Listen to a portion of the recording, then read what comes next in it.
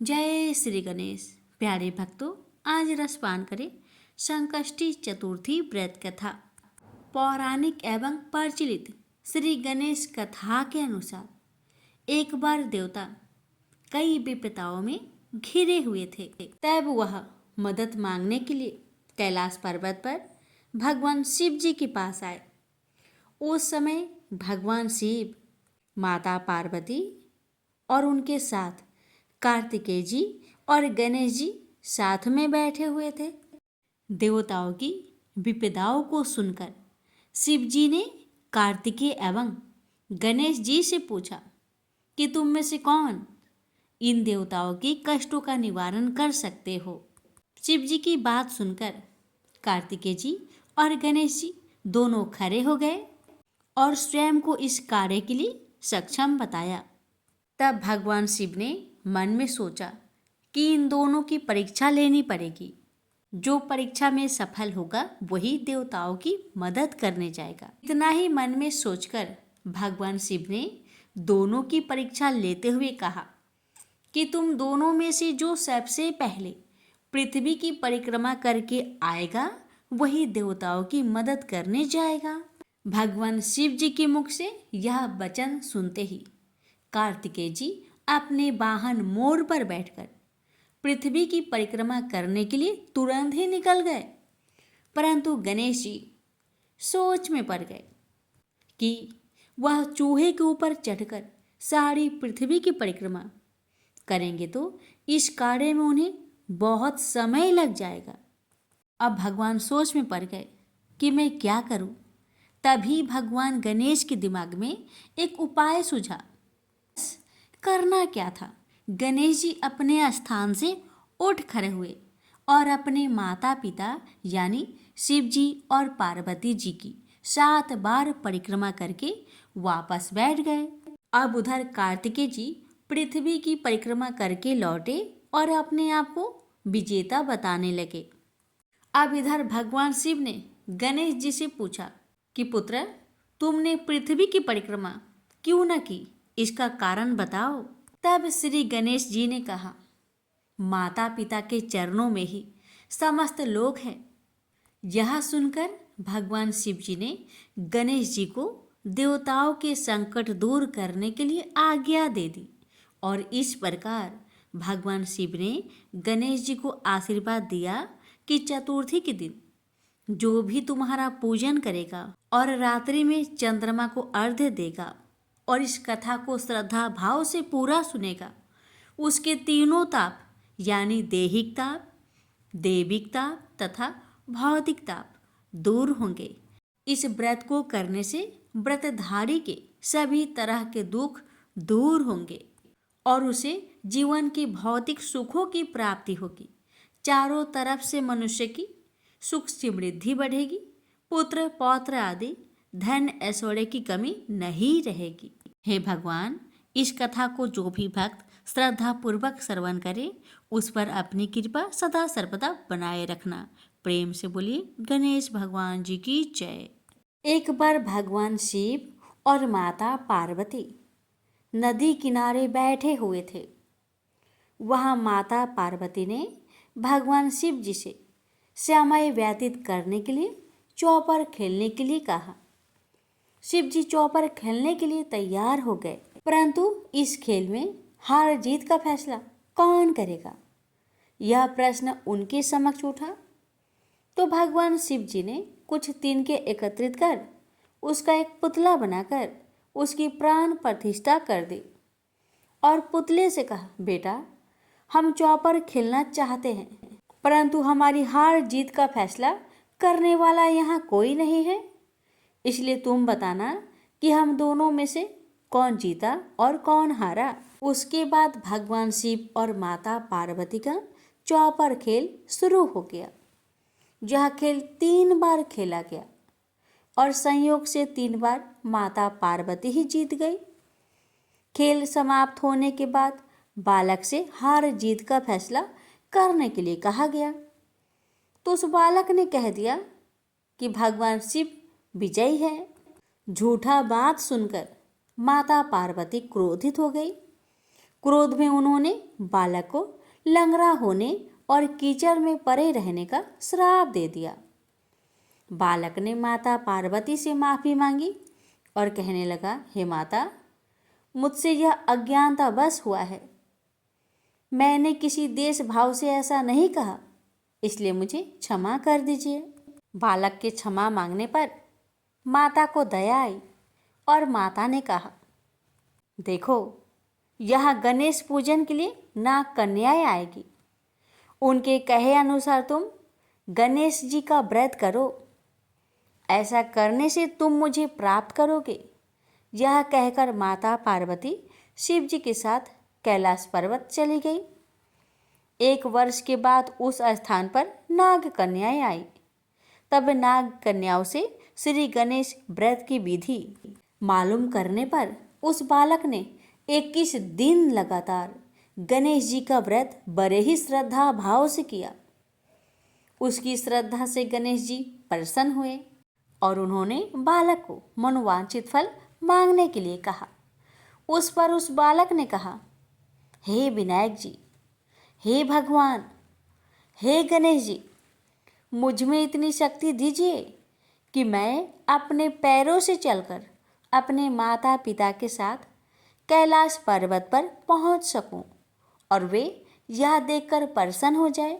तब बालक को वरदान देकर श्री गणेश जी महाराज वहां से अंतर ध्यान हो गए।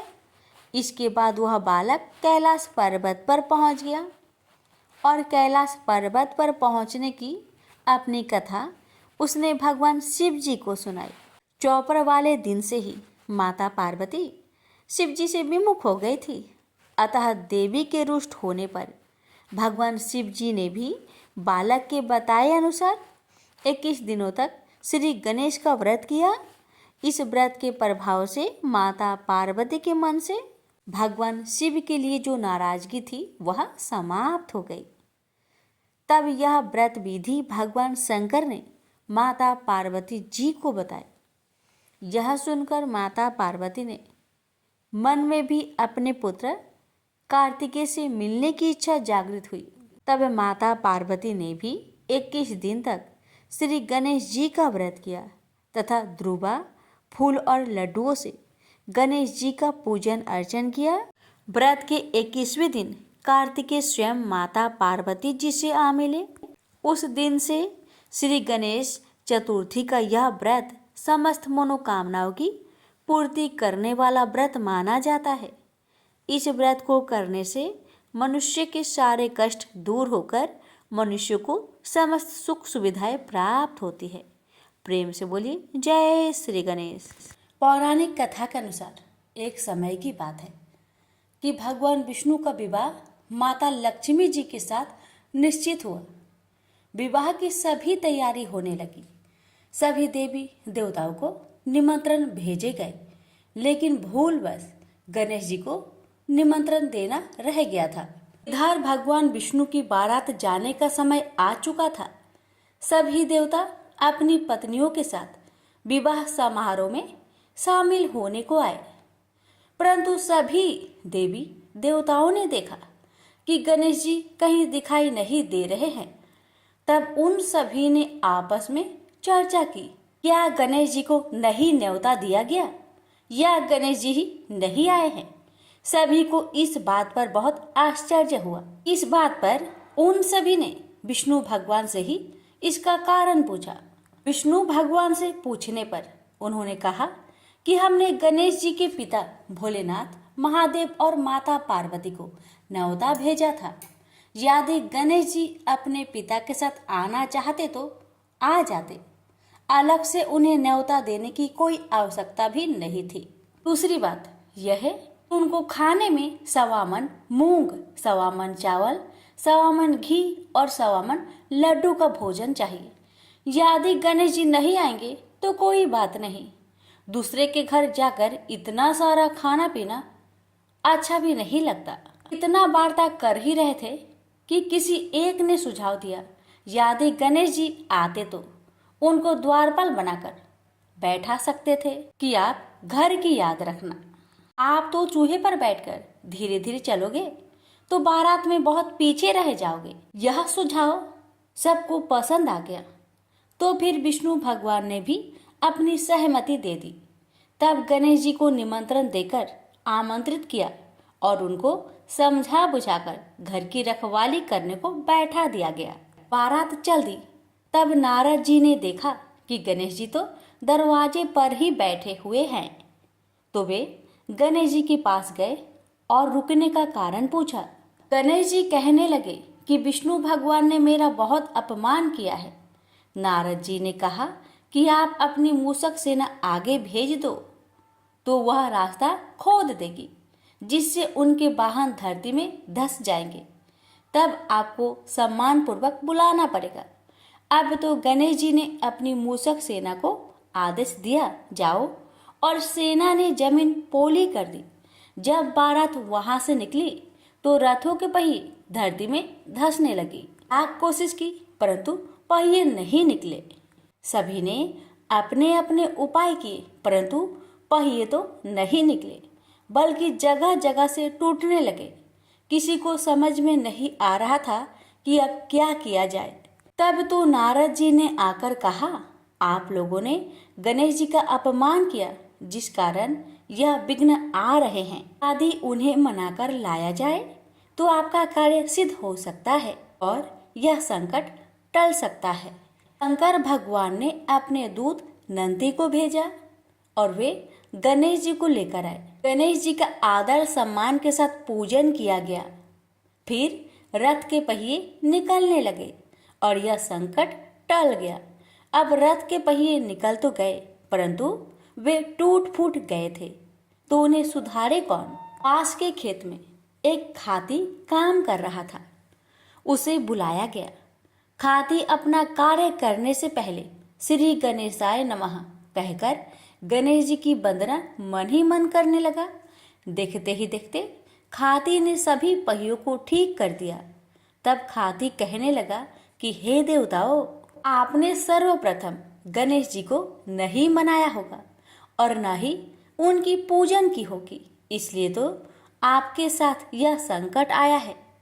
मैं तो मूर्ख अज्ञानी हूँ, फिर भी पहले गणेश जी को पूजते हैं, उनका ध्यान करते हैं। आप लोग तो देवगण हैं, फिर भी आप गणेश जी को कैसे भूल गए। अब आप लोग भगवान श्री गणेश जी की जय बोलकर जाए तो आपके सब काम बन जाएंगे और कोई संकट भी नहीं आएगा। ऐसा कहते हुए बारात वहां से चल दी और विष्णु भगवान का लक्ष्मी जी के साथ विवाह संपन्न करा के सभी सकुशल घर लौट आए। हे गणेश जी महाराज, आपने विष्णु को जैसा कारज सरियो ऐसा कारज सबको सिद्ध करिजो। बोलिए गजानन भगवान की जय। एक नगर में एक बूढ़ी माँ रहती थी। वह अपने बेटे की सलामती के लिए 12 महीनों की चौथ का व्रत करती थी। हर चौथ को पंसारे से थोड़ा सा गुड़ और घी लाकर 4 लड्डू बनाती, एक बेटे को देती, एक से पूजा करती, एक हथकार के लिए निकालती और एक चांद उगने पर खुद खा लेती थी। एक बार उसका बेटा ताई से मिलने गया। ताई ने बैसाखी चौथ का व्रत रखा था। ताई से पूछा, माँ तो 12 चौथ करती है। ताई बोली, तेरी माँ तेरी कमाई से तरमाल खाने के लिए 12 चौथ करती है। तू परदेश जाए तो वह एक भी चौथ नहीं करेगी। लड़के को लगा ताई सच कह रही है। घर आकर माँ से कहा, मैं परदेश जा रहा हूँ, यहाँ तू मेरी कमाई खाने पीने में ही उड़ा देती है। माँ ने समझाकर रोकना चाहा पर बेटा नहीं माना। माँ ने उसे साथ ले जाने के लिए चौथ माता के आंखें दिए और कहा, मुसीबत में ये आंखें तेरी मदद करेगी। वह आंखें लेकर रवाना हो गया। घूमते हुए एक नगर में पहुंचा। उसने देखा एक बूढ़ी माँ रोते जा रही थी और पुआ बनाते जा रही थी। उसने कारण पूछा तो बूढ़ी माई ने कहा, बेटा, इस नगर की पहाड़ी पर एक दैत्य रहता है। पहले वह नगर में आकर कई लोगों को खाने के लिए मार देता था। अब राजा हर घर से एक आदमी दैत्य के पास भेजता है और आज मेरे बेटे की बारी है, इसलिए रो रही हूँ और उसी के लिए पुए बना रही हूँ।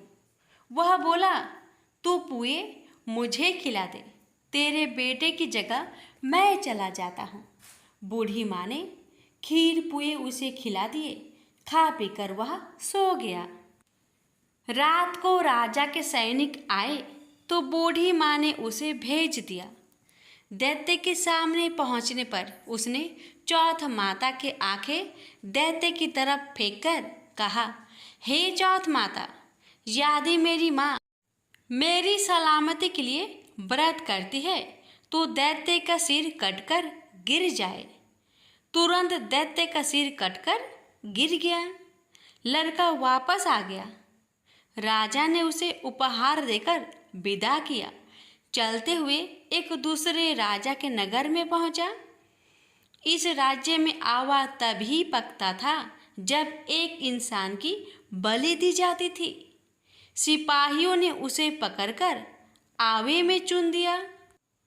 लड़के ने आंखें आवे में डाले और कहा, हे चौथ माता, यदि मेरी माँ मेरी सलामती के लिए व्रत करती है तो आवा मेरी बलि लिए बिना ही झट से पक जाए। आवा तुरंत पक गया। आवे में से मिट्टी की जगह सोने चांदी के बर्तन निकले। अंदर से लड़का बोला, बर्तन धीरे धीरे निकालना, मुझे लग न जाए। राजा ने उसे निकलवाया और पूछा, इस आवे से तुम बच कैसे गए? लड़के ने बताया कि उसकी माँ चौथ माता का व्रत करती है, व्रत के कारण ही वह बच पाया है। राजा को विश्वास नहीं हुआ। उसने एक चांदी की सुराही मंगवाई और कहा कि सुराही की नली से निकलकर दिखाओ, तभी मुझे विश्वास होगा। लड़के ने चौथ माता को याद करके आंखें सुराही में डाले और कहा, मैं भौरा बनूं, सुराही से निकलूं। लड़का भौरा बनकर सुराही से निकल गया।